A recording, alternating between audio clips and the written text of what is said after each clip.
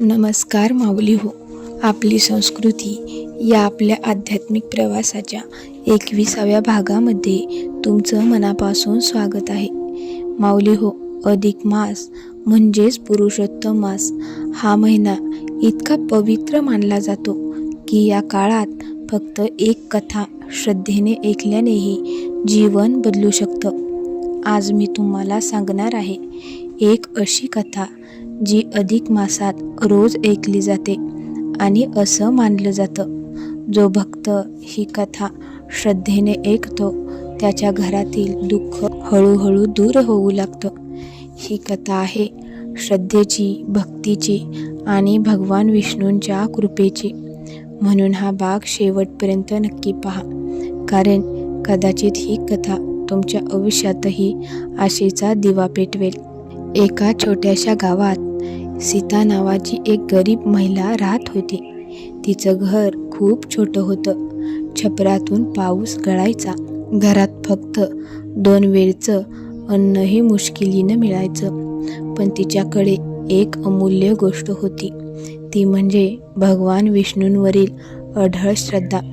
दररोज सकाळी ती तुळशीपुढे दिवा लावायची आणि शांतपणे म्हणायची, हे पुरुषोत्तम प्रभू, माझ्या घरात सुख नसले तरी तुमचं नाव कधी दूर जाऊ देऊ नका. एक दिवस गावात घोषणा झाली, उद्यापासून पुरुषोत्तम मास सुरू होत आहे. संपूर्ण गाव भक्तिमय झालं. लोक उपवास करू लागले, दान करू लागले. मंदिरात गर्दी वाढली. सीताही आनंदी झाली. ती रोज मंदिरात जाऊन कथा ऐकू लागली. पुजारी रोज सांगायचे, या महिन्यात भक्ती मनापासून केली तर भगवान विष्णू लवकर प्रसन्न होतात. पण काही दिवसांनी सीताच्या जीवनात मोठं संकट आलं. तिचा मुलगा अचानक आजारी पडला. ताप खूप वाढला. घरात औषधासाठी पैसे नव्हते. सीता पूर्णपणे तुटून गेली. ती रात्री देवासमोर बसली आणि रडत म्हणाली, प्रभू, मी रोज तुमची कथा ऐकते, मग माझ्यावर ही परीक्षा का? दुसऱ्या दिवशी ती मंदिरात गेली. तिचे डोळे अश्रूंनी भरलेले होते. तेवढ्यात मंदिरात एक वृद्ध संत आले. त्यांनी सीताला विचारलं, मुली, का रडतेस? सीताने सगळं सांगितलं. संत हसले आणि म्हणाले, अधिक मासात संकट येतात, पण ती भक्ताची श्रद्धा मजबूत करण्यासाठी येतात. मग त्यांनी तिला एक कथा सांगितली. ती कथा अशी होती, खूप वर्षांपूर्वी एका गावात माधव नावाचा गरीब शेतकरी राहत होता. तो रोज भगवान विष्णूंचं नामस्मरण करायचा, पण त्याच्या आयुष्यात सतत दुःख होतं. शेती कोरडी, घरात अन्न नाही, लोकांचा अपमान. एक दिवस तो पूर्णपणे निराश झाला. तो नदीकिनारी बसून रडत होता. तेवढ्यात एक साधू तिथे आले. साधूंनी विचारलं, का रडतोयस बाळा? माधव म्हणाला, मी रोज देवाचं नाव घेतो, पण माझं दुःख कमी होत नाही. साधूंनी शांतपणे उत्तर दिलं, देव भक्ताला दुःख देत नाहीत, ते त्याला मजबूत बनवत असतात. साधूंनी माधवला सांगितलं, या अधिक मासात रोज विष्णू कथा ऐक आणि एक दिवा लाव.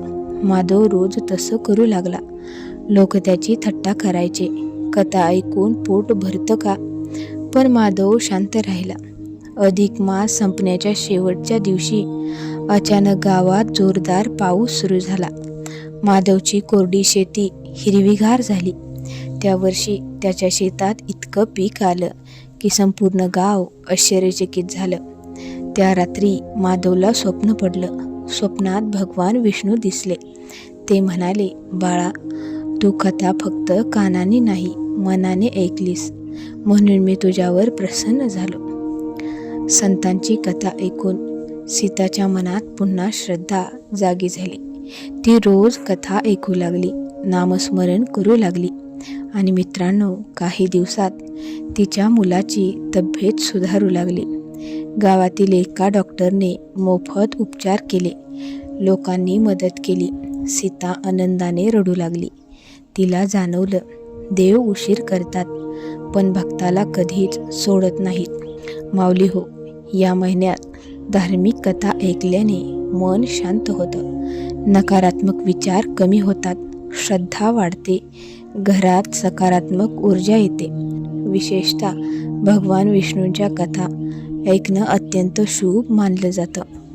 या महिन्यात रोज काय काय करावं बरं? सकाळी तुळशीपुढे दिवा लावा, विष्णू मंत्र म्हणा, धार्मिक कथा ऐका, शक्य असेल तर अन्नदान करा, राग आणि कटू शब्द टाळा. माऊली हो, जीवनात काही वेळा इतकं दुःख येतं की माणूस देवावरच रागवतो. पण लक्षात ठेवा, देव शांत असले तरी ते तुमच्या प्रत्येक अश्रूकडे पाहत असतात. म्हणून या अधिक मासात श्रद्धा सोडू नका, कारण कदाचित तुम्ही आज जी कथा ऐकत आहात तीच उद्या तुमच्या आयुष्याचा आधार बनेल. जर तुम्हाला ही कथा आवडली असेल तर व्हिडिओला लाईक करा आणि ओम तत्सत मराठी या परिवाराचा भाग होण्यासाठी चॅनलला सबस्क्राईब नक्की करा. तुम्ही अधिक मासात कोणती कथा ऐकता कमेंटमध्ये मला नक्की सांगा. पुन्हा भेटूया अशाच एका भक्तिमय आणि भावनिक कथेसोबत. तोपर्यंत श्रद्धेचा दिवा कधी विझू देऊ नका. जय श्री विष्णू.